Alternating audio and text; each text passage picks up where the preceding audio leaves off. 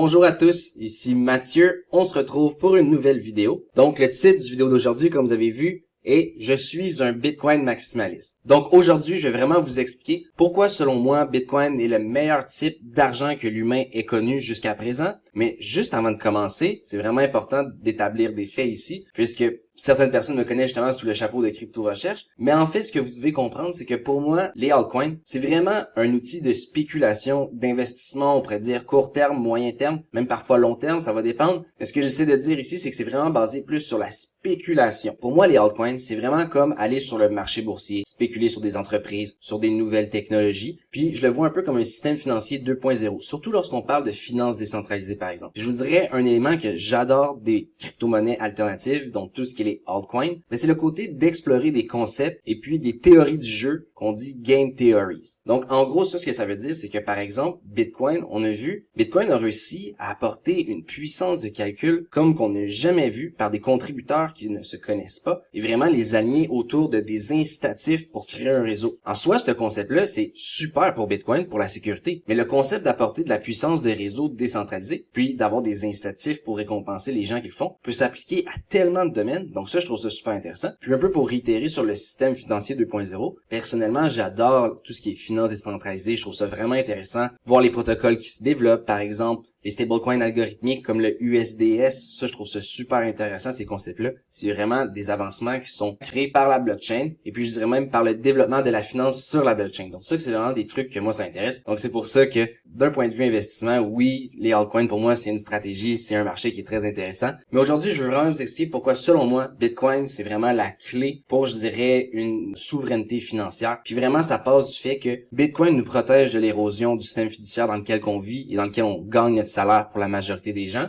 Il nous donne la possibilité d'acquérir de la propriété sans dette. Ça, c'est un concept que probablement plus ma génération font face lorsqu'on est moment d'acheter nos premières propriétés. Ça devient très complexe. Et puis finalement, je vais finir en vous montrant pourquoi, selon moi, c'est la meilleure monnaie d'un point de vue international que l'humanité ait connue, puis à quel point c'est un bon outil pour transiger d'un point de vue global. Donc, on va vraiment toucher ces trois concepts-là.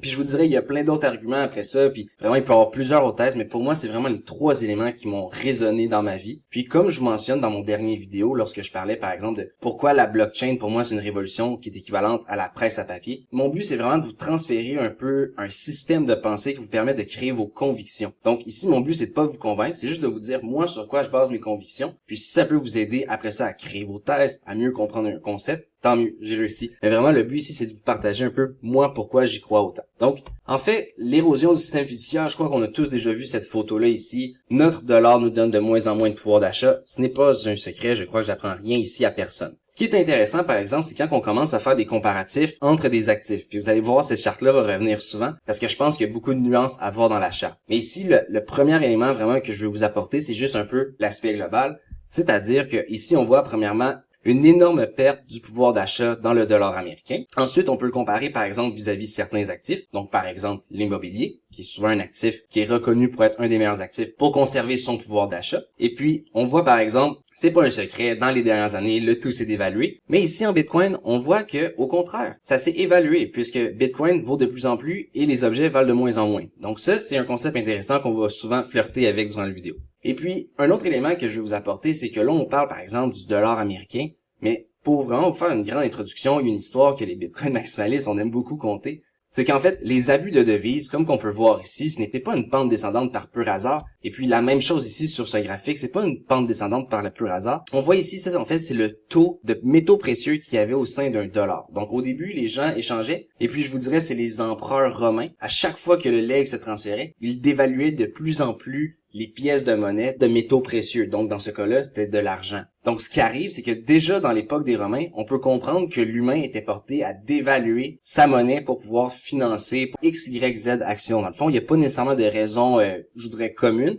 Malgré qu'il y a des raisons communes, puis on va en parler tout à l'heure, c'est peut-être la guerre. Je dirais, il y a eu beaucoup de fois que la guerre a été un peu une motivation à dévaluer l'argent, parce que souvent, le peuple voteront pas pour une guerre. Et puis, si on commence à mettre des taxes pour financer une guerre, les peuples ne seront pas contents. Donc, en dévaluant l'argent pour financer une guerre à court terme, et puis les effets vont se faire ressentir à plus long terme sur le public, sous une phase d'inflation. Puis encore une fois, si on va aborder l'inflation tout à l'heure. Mais je voudrais c'est une manière commune de financer la guerre. Puis un peu une manière que je peux vous le montrer ici, qui a été vraiment exécutée avec avec le dollar américain, c'est qu'en fait, vous savez, on a eu la fin de la Deuxième Guerre mondiale ici en 1945, mais juste un peu avant, en 1944, il y a eu la conférence de Bretton Woods. Puis en fait, cette conférence-là, ce que ça le fait, c'est que le but, c'était de reconstruire le monde. Donc, ils se sont dit, présentement, le système est adossé aux métaux précieux, comme l'or, mais il n'existe pas assez de richesses dans le monde pour reconstruire le monde. Donc, on pourrait se détacher, par exemple, de cet étalon-là mondial, et puis, on pourrait se revirer vers les États-Unis, parce que c'est les États-Unis qui ont le plus d'or, c'est eux qui ont le plus de pouvoir. Ils peuvent contrôler une devise que nous, on va tous faire confiance, et puis, en s'adossant à cette devise-là, on va créer un système d'offre et demande sur les devises fiduciaires, un peu comme les commodités. Et puis ça, ce qui est arrivé, c'est que ça pouvait paraître un certain bon plan, parce que ça crée un système de dette, hypothèque, on commence à reconstruire des pays, des villes, etc. Donc, en soi, ça fait un bien à l'humanité, on va pas se contredire. Mais ce qui est arrivé, c'est que, par exemple, le système de Bretton Woods, quand il a vraiment été mis en place, eh bien, je vous dirais, les États-Unis, ça a pas été long qu'ils ont vraiment abusé de leurs réserves d'or. Vous voyez ici, ça a complètement été vers le bas. Puis ce qui est arrivé, c'est que, selon moi, vous voyez ici les 30 glorieuses, ça, c'est des années où ce que justement les États-Unis ont su qu'elle allait devenir la devise adossée par le monde. Donc, la devise, c'est beaucoup apprécié. Donc, on a eu un énorme influx de richesses pour les États-Unis, puisqu'on commence à prêter de l'argent, notre dollar est de plus en plus utilisé. Donc, dans le système fiduciaire, ça fait beaucoup de sens. Et puis, un coup qu'ils ont vu que, crime, on fait beaucoup d'argent, et puis l'or, dans le fond, c'est pas très utile. On pourrait faire de la banque fractionnelle avec nos réserves d'or. Bon, ben, ils ont commencé à dévaluer leur dollar face à leurs réserves d'or. Et puis ici, vous voyez, une fois que c'était bien dévalué, ben c'est drôle, en fait, les 30 glorieuses ont fini pas mal en même temps. Et puis ici, c'est fini. Les États-Unis ont mis fin à la possibilité de pouvoir échanger des dollars américains contre de l'or pour tout le système mondial. Donc, c'était vraiment la fin de l'étalon or. Et puis là, vous voyez, non seulement on commence à avoir une baisse de niveau de vie dans les États-Unis, puisque ici, on avait eu vraiment une augmentation suite à la guerre. Mais ici, si vous allez voir, après ça, on commence à avoir des crises financières, on commence à avoir de plus en plus de guerres à travers le monde. Est-ce que c'est lié? Bon, on va en parler un petit peu plus tard dans la vidéo. Mais je veux juste vous ramener sur ce graphique-ci, puis qu'on fasse une petite remarque. Donc, vous voyez, la dévaluation du dollar, ça, a toujours été fait à un certain rythme. Puis probablement aussi motivé par certaines crises financières au moment d'interventionnisme de l'État. Mais vous voyez ici, durant les années 40, c'est vraiment là qu'on a commencé à avoir une belle pente de ski, qu'il n'y a jamais eu aucune résistance, puis que ça l'a juste complètement diminué. Parce qu'ici, on a ouvert les valves vraiment du système fiduciaire. On n'avait vraiment plus besoin d'adosser notre dollar à dollar. Donc, la richesse de notre dollar ne dépendait plus des actifs qui étaient adossés, mais plutôt de son utilisation et de son influence. Et puis, lorsqu'on n'a plus vraiment de richesse pour adosser notre dollar, donc ça veut dire qu'il n'y a plus nécessairement de valeur à l'utiliser, ben notre influence et le pouvoir du dollar, il faut trouver une manière de le faire régner, cette influence et ce pouvoir-là. Puis ça, c'est vraiment un élément qu'on va toucher tout à l'heure lorsque je vous parlais de guerre. Ben, c'est connu qu'il y a beaucoup de guerres qui ont été instrumentalisées pour augmenter la puissance du dollar ou du moins soutenir sa demande. Puis, juste avant de finir, vous comprendrez que là, depuis tantôt, je vous parle de dévaluer le dollar, puis les gens ils me demandent comment que ça se fait qu'on peut dévaluer le dollar, comment qu'on fait ça exactement, je suis pas trop sûr de comprendre, mais je vais essayer de vous l'imaginer d'une manière vraiment simple ici. Donc, vous voyez, ça ici, c'est un site web que tout le monde peut avoir accès. C'est le site de la dette américaine qui augmente constamment. Donc, en fait, ce qu'il faut simplement comprendre, c'est que vraiment, faut voir un peu comme une entreprise. On a des entrées d'argent, on a des sorties, et puis à la fin de la journée, on a une balance. Donc, ici, ça va vraiment détailler toutes les entrées, les sorties, peu importe. Et puis à la fin, on va avoir une balance qui est la dette, puisque c'est un pays en dette. Et puis ça augmente sans cesse. Donc là, ce qu'il faut comprendre, c'est que après ça, une dette qui augmente sans cesse, mais c'est comme, par exemple, une personne qui a une carte de crédit. Il y a une certaine limite à notre carte de crédit. On peut pas dépenser, par exemple, plus que notre carte de crédit ou notre marge de crédit. Donc, ce qui arrive ici, c'est on appelle ça le plafond de la dette. C'est peut-être quelque chose que vous avez souvent entendu, surtout en plus récemment, avec le Big Beautiful Bill de Donald Trump qui voulait repousser le plafond de la dette. Donc ça, ce que ça fait, c'est vraiment simple. C'est on augmente notre dénominateur d'argent qui est en circulation. On va contracter de la dette auprès de des pays qui, par exemple, vont prendre notre dette en échange de bons du trésor. Mais ça, ce qu'il faut comprendre, c'est que notre dette, on doit toujours la rembourser. Donc, je dirais, en général, le problème avec augmenter la dette, c'est justement un peu pour retourner à l'étape de la carte de crédit, c'est si demain matin, quelqu'un est très endetté à un point qu'il ne peut plus payer ses intérêts et puis qu'il prend une seconde carte de crédit pour continuer de payer non seulement son style de vie qui est excédentaire, mais aussi pour payer ses intérêts de sa première carte, ben vous comprendrez que ça sera pas long qu'on va avoir besoin d'une troisième, puis d'une quatrième, puis d'une cinquième. Puis ça va continuer. Ça va continuer jusqu'à temps que la banque vienne faire non, c'est fini. Mais dans un cas de pays, ben vous aurez compris que c'est pas des banques, c'est des ententes entre les pays, c'est des ententes entre des entités, c'est un peu un autre domaine. Mais dans un sens, ce système-là est seulement basé sur le fait de est-ce que ton dollar a une valeur et puis il va avoir une valeur s'il y a une demande. Donc par exemple, les États-Unis, leur dollar a une valeur puisqu'il y a une demande dans le système monétaire international. Mais de plus en plus, il se fait challenger Puis ça, je dirais, c'est un élément qu'on va voir tantôt, qu'ils vont réagir à ces trucs-là. Mais en soi, ce qu'il faut comprendre ici, c'est que d'augmenter la dette, ça vient pas sans conséquences. Voici un exemple qui est extrêmement connu. C'est par exemple, on voit ici le rapport des salaires médians au prix des maisons médians au Canada. Puis juste pour prendre une des phrases qui m'a fait devenir probablement un Bitcoin maximaliste d'une manière un peu inconsciente lorsque j'étais jeune, c'est ma mère qui me contait que, Mathieu, les salaires n'augmentent pas au rythme du coût de la vie. Donc, on nous dit que par exemple, il y a une certaine inflation, j'ai une certaine augmentation pour rester à jour avec l'inflation, mais on dirait je le sens pas, je me sens toujours de plus en plus pauvre. Donc ça, moi, inconsciemment, ça m'a travaillé étant jeune. Et puis quand j'ai découvert Bitcoin, ça l'a apporté un peu une lumière à ces réponses-là. Et puis ici, pour finir, vous savez, durant le temps de la pandémie en 2019, on a augmenté le plafond de la dette. Ils ont imprimé des nombres records d'argent. Ils ont distribué de l'argent aux gens pour les aider dans leur train de vie à tous les jours. Vraiment pour venir mettre on pourrait dire un pansement à l'hémorragie sur le moment. Mais après ça, les gens se retrouvent maintenant avec des coûts de la vie qui ont augmenté. Et puis tout le monde se pose la question. Mais en fait, ce qui est arrivé, c'est que on nous dit souvent qu'on a de l'inflation, mais la réalité, c'est qu'on a de la dévaluation monétaire. Puis ici, ce que je veux dire par ce graphique-là, c'est comme vous voyez, nos dollars sont basés sur un système qui est infini. Donc quand je vous dis le système de la dette qui est toujours augmentable, on peut toujours l'augmenter en théorie. C'est pour ça que Bitcoin a une valeur. C'est que Bitcoin est limité à 21 millions. Donc, de plus en plus qu'on crée des dollars, de plus en plus que justement, on pourrait apporter le mot infini divisé par 21 millions. Puisque dans le fond, à la fin de la journée, ces dollars-là peuvent seulement se réfugier dans 21 millions de Bitcoin. Donc, c'est pour ça qu'il y a certains dires Bitcoin maximalistes qui disent Bitcoin n'a pas de prix plafond puisque le fiat est infini. Donc maintenant, c'est quoi les conséquences d'une dévaluation monétaire? Là, je vous parle de ça, je vous bombarde de faits. Mais premièrement, on le sait, il y a une baisse de pouvoir d'achat comme qu'on a vu avec le panier d'épicerie au début. On a une augmentation de la dette par les gens. Puis ça, souvent, ça crée une dépendance au programme d'aide du gouvernement par les personnes. On a vu, par exemple, durant le temps de la pandémie en 2019, beaucoup de gens sans le 1400$, par exemple, que le gouvernement allait leur attribuer, auraient eu beaucoup de problèmes à payer leurs factures. Donc, on voit un système qui fait en sorte que, justement, on est capable de dévaluer l'argent à un point que les gens ont plus de pouvoir d'achat. Et puis ça fait en sorte que leur manque de pouvoir d'achat fait en sorte qu'ils se créent de la dette et ensuite deviennent dépendants à des entités centrales. Donc maintenant, vous pouvez l'interpréter comme vous désirez. Mais moi, ça a été des éléments que j'ai vraiment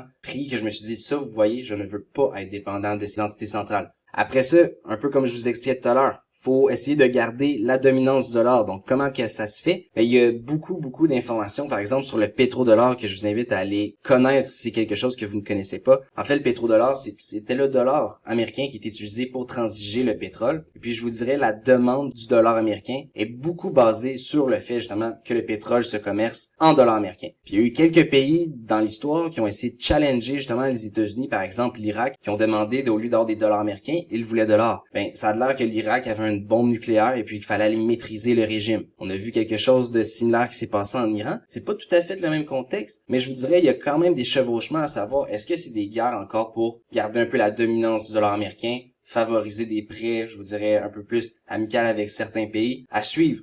Mais ce qui arrive, c'est que la dominance de l'or a un coût, et puis la guerre, malheureusement, est souvent un moyen qui est emprunté pour défendre la dominance du dollar. Et puis, une preuve que je peux vous montrer, c'est que dans le premier bloc qui a été miné de Bitcoin, il y avait un article qui était mis dans ce bloc-là. Et puis, c'est cet article-là ici qui dit comme quoi que les banques vont recevoir un bail-out, justement en 2008, lors de la crise des subprimes. Donc, de l'argent imprimé qui est envoyé vers les banques. Donc, on supporte la dominance du dollar, puisqu'il faut pas laisser tomber ce système-là. On augmente le plafond de la dette. Et puis, vous voyez, on voit Israël qui se prépare à rentrer dans Gaza. Et puis, c'était un peu le parallèle de se dire, la guerre et l'argent ont toujours fait un. Puis c'est drôle que dans le bloc Genesis de Bitcoin, en fait, on a carrément l'action d'imprimer de l'argent et de la guerre politique, sociale, religieuse dans leur cas. Mais tout ça pour dire la guerre, c'est jamais bon. Puis, je trouvais que c'était un beau parallèle à faire. Puis, ce qu'il faut comprendre, c'est que la mentalité vraiment des bitcoins maximalistes face à la guerre est simple. C'est que si on ne peut plus imprimer de l'argent pour pouvoir financer des guerres, donc contracter de la dette pour financer une guerre, par défaut, il faut taxer notre peuple pour faire une guerre. Généralement, le peuple ne veut pas faire de guerre, donc déjà là, on vient de restreindre un peu le phénomène de guerre. Et puis souvent, les guerres sont motivées par le but de défendre la dominance d'un dollar. Comme avec ces guerres-là, par exemple, vous irez rechercher. Je vous ai donné l'exemple de l'Irak et de l'Iran, mais par exemple, la Libye et la Syrie, c'est toute la même chose. C'est parce qu'ils voulaient se départir du dollar américain et recevoir de l'or au lieu du dollar américain comme paiement. Donc vraiment, le but c'est ça, c'est d'avoir un outil qui nous permet que les pays n'ont plus à se battre pour conserver la dominance de leur devise. Donc, ça peut être par des guerres, par des ententes commerciales, etc. Comme par exemple, on a vu récemment des ententes commerciales qui essaient de rejeter le dollar. Mais ce que je veux dire, c'est que présentement, les pays sont tous un peu pris dans leur petit écosystème à essayer de devenir les plus forts, alors que Bitcoin a un but un peu de aligner tous les êtres humains,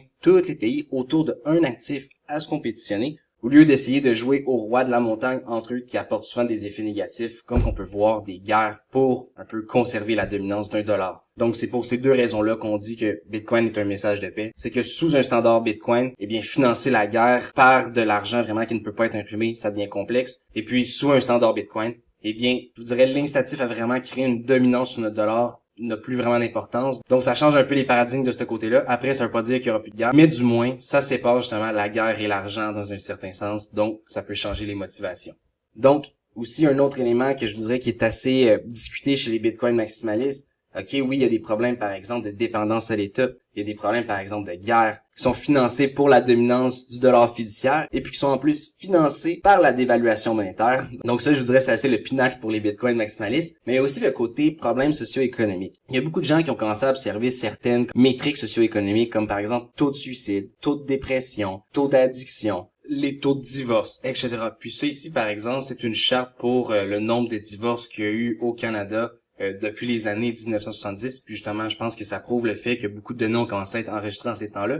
Mais vraiment, le seul élément que je veux apporter, c'est que on voit que certaines courbes, par exemple, je dirais de problèmes socio-économiques, ont souvent une tendance vers la hausse lorsqu'on regarde à partir de ces années-là, dans les années 70, je vous dirais. Et puis justement, en fait, il y a des gens qui se sont posés sur cette question-là, puis ils ont commencé à voir qu'il y a beaucoup de problèmes socio-économiques qui ont un peu débuté à des moments où ce que justement le dollar s'est désadossé de l'or. Puis, ce que beaucoup de gens stipulent, c'est que puisque, en fait, le coût de la vie augmentait, en fait, les cellules familiales ont été un peu brisées. Ce qu'on veut dire par là, c'est que, soudainement, un salaire pour une famille ne subvient plus aux besoins de la famille. Donc, la mère doit travailler. Ce que ça apporte, ça, c'est que les enfants ont moins de support. Ils commencent à avoir une certaine adaptation dans les foyers. Est-ce que c'est bon? Est-ce que c'est mauvais? Je suis pas en train de faire un débat de société ici. C'était juste le concept que, soudainement, on ne peut plus soutenir à nos besoins. Donc, on est obligé de faire une action. Donc, c'est pas vraiment de l'émancipation comme qu'on peut croire. C'était plutôt une force qui nous a apporté à aller là. Et puis, cette force-là était surtout forcée par la dévaluation monétaire. Donc, ce que je veux dire ici, c'est que après ça, on voit des problèmes de dépression, de suicide, etc. Oui, probablement que ces types de données-là ont été de plus en plus collectés dans ces moments-là, mais quand on y pense un certain moment, on peut se rendre compte que l'argent, même si on est attaché ou non, l'argent influence notre vie grandement. Ça peut être des vecteurs de problèmes de couple, ça peut être des problèmes de chicanes de famille, ça peut être des opportunités manquées, par exemple une famille qui aimerait avoir une maison pour élever leurs enfants, qui ne seront jamais capables de le faire. Donc, ce que je veux dire par là, c'est que c'est un peu un écroulement d'actions, un écroulement de conséquences à ces humains normaux-là qui participent au jeu du dollar fiat et puis qui sont obligés d'économiser en dollar fiat et que leur économie se fait complètement tout le temps détruire par la dévaluation monétaire. Et puis, un autre graphique, comme je dis, c'est que je crois pas que l'argent, c'est la recette du bonheur, mais je crois que c'est sûr que ça y contribue. Puis, ce que je veux dire par y contribuer, je dis pas qu'il faut être riche, mais du moins, si on est capable de vivre, se payer un certain confort, un certain niveau de vie, avoir des économies, pouvoir payer une bonne école à nos enfants, pouvoir espérer avoir un monde meilleur, pouvoir sentir que nos économies, qu'on travaille durement, vont vraiment nous apporter un bien dans le futur. En fait, c'est qu'ici, on voit quelques statistiques, par exemple, que en général, les gens qui gagnent mieux leur vie ont souvent une meilleure santé mentale aussi. Donc, je veux pas dire qu'ici, c'est une corrélation absolue, mais il reste que ça peut apporter un poids. Puis souvent, c'est même pas à cause de nous les humains, c'est à cause du jeu auquel qu'on joue, mais qu'on n'a aucune idée qu'on est en train de jouer à ce jeu. Puis ici, c'est ce qui m'amène à vous dire, en fait, que pour moi, Bitcoin, justement, là, je vous ai mis plein de problèmes, mais c'est notre radeau de sauvetage, en fait, dans le navire du fiat qui est en train de couler. Parce que, présentement, on s'est souvent fait dire qu'il y avait 3 classes. On a la haute classe, donc souvent déterminée par ceux qui détiennent les pouvoirs de production, les richesses, les capitaux. On a la classe moyenne, qui sont en fait les participants qui génèrent la richesse. Et puis, on a la basse classe, qui sont souvent, eux, des gens non participants. Ça peut être par différents cas, là, je veux dire. Ça peut être un enfant, comme ça peut être une personne âgée, ou même des fois des participants qui sont peut-être moins bien adaptés à leur profil. Mais où ce que je veux vous apporter, c'est que moi, je crois qu'on vit, en fait, dans un monde où il y a 2 classes. On a une classe de gens qui ont des actifs, puis on a une classe de gens qui ont des dettes. Puis, lorsqu'on a des actifs, par défaut, on s'enrichit. Lorsqu'on a des dettes, par défaut, on s'appauvrit. Après ça, une autre raison pourquoi je crois que Bitcoin, c'est vraiment un bon outil pour vraiment esquiver l'érosion du fiat, mais c'est ça nous permet d'acquérir de la propriété sans dette. Puis ça, c'est vraiment un outil qui est puissant, surtout, comme que je vous dis, si on veut être dans la classe qui ont des actifs, mais il faut être capable d'acquérir de la propriété ou des actifs. Puis souvent, les deux manières qui vont être données, alternatives à Bitcoin, ça va être le marché boursier ou le marché immobilier, puis on va analyser ça par la suite dans la vidéo. Puis en gros, d'un point de vue purement philosophique et imaginaire, pour moi, vraiment, Bitcoin, c'est une éponge à dévaluation monétaire. Donc la dévaluation monétaire, c'est une fuite, c'est vraiment de la liquidité qui fuit de partout. Les gouvernements ont pas de problème à dévaluer leur monnaie. Donc nous autres, il nous faut un bateau de sauvetage, justement, il nous faut une bouée de sauvetage. Donc nous, Bitcoin, c'est vraiment notre outil pour aller ramasser toute cette liquidité-là. Puis, on va mettre le signe infini divisé par 21 millions. Au lieu d'économiser dans un numérateur qui est divisé par un dénominateur qui est infini, par exemple, comme dans le cas du dollar. Donc, ici, pour revenir à mon graphique, comme je vous disais tout à l'heure, en soi, si vous étiez propriétaire immobilier puis que votre salaire a fait ça, mais qu'en fait, vos immobiliers ont fait ça, la vie va quand même bien. Puis ça, c'est souvent un argument qu'on se fait dire, que l'immobilier, c'est le meilleur véhicule pour investir. Puis je lui crois à une certaine dimension. Dans un sens, c'est vrai. C'est juste que ce qui arrive pour moi, la raison pourquoi je préfère, par exemple, Bitcoin à l'immobilier, c'est que parce que pour moi, l'immobilier, je trouve, c'est pas très liquide, dans le sens que si on veut vendre, faut attendre qu'il y ait un acheteur.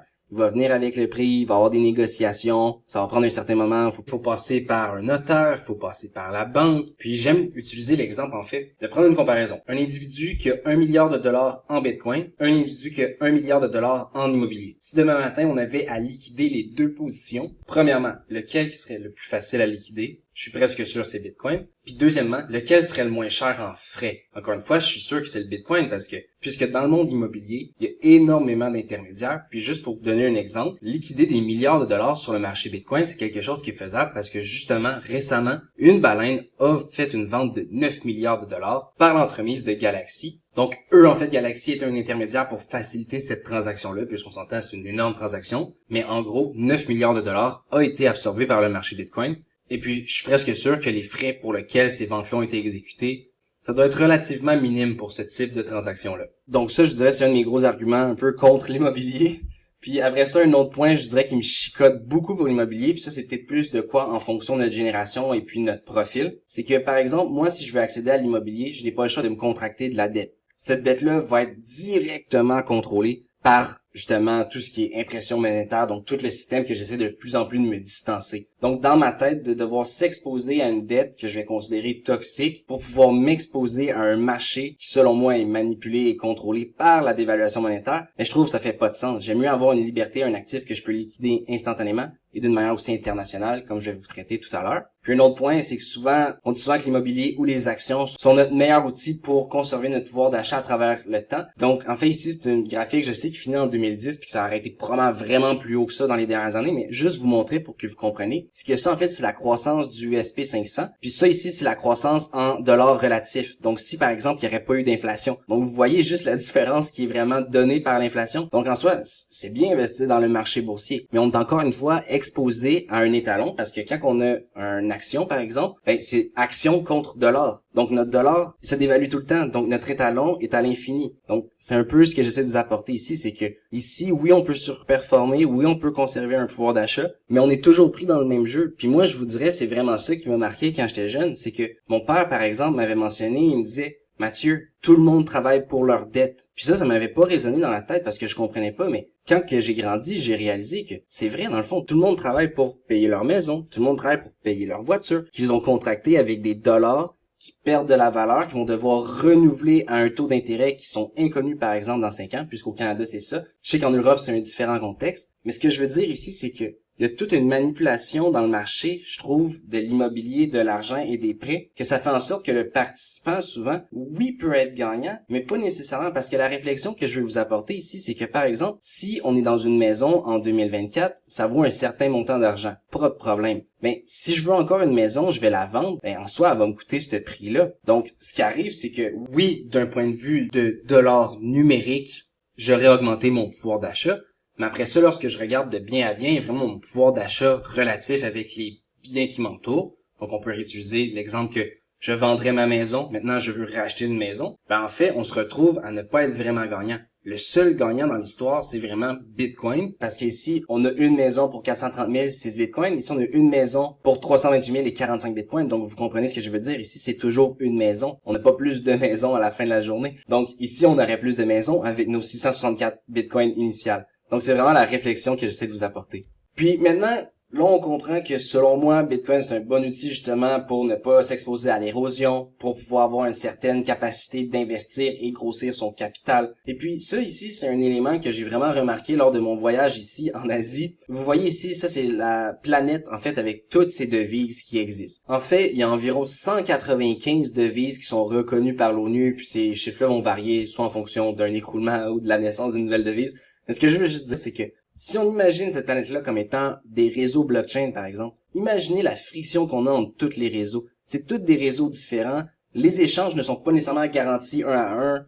Faut aller dans des centres d'échange de devises qui, eux, prennent des frais astronomiques. Il y a même des devises, par exemple en Afrique, qui vont être dépendantes de grandes devises. Donc, si eux se dévaluent, et puis que elles, la devise ultime se dévalue en plus, ben eux autres, ils se font vraiment défoncer. Donc, ce que je veux dire par là, c'est que présentement, on est dans un monde de friction entre les devises de puisqu'il y en a tellement, puis d'avoir accès à tout ça, puis de pouvoir échanger entre les unes et les autres, c'est même pas possible. Et puis, d'un autre point de vue, ben il y a beaucoup de joueurs qui sont extrêmement dépendants des devises, et puis pour eux, ce jeu-là de multidevises, ben c'est vraiment pas un avantage, puis même, je dirais, c'est souvent utilisé comme un outil de contrôle, soit contre le pays lui-même, comme par exemple lorsqu'on parle de devises vraiment dépendantes de devises plus fortes, comme par exemple le franc CFA contre le franc. Donc ça, je dirais, dans ces cas de devises-là, c'est carrément des devises de règne qui sont établies depuis les colonies, donc c'est vraiment pour garder une certaine dominance. Puis après ça, je vous dirais, il y a de nombreux exemples aussi où ce que les devises sont utilisées contre le peuple local, contre les gens qui travaillent, contre la classe moyenne et la basse classe, où ce que vraiment des dictateurs ou des dirigeants puissants vont vraiment abuser de la devise. Donc je dirais, en général, lorsqu'on prend un pas de recul, c'est rare que les devises fiduciaires apportent réellement du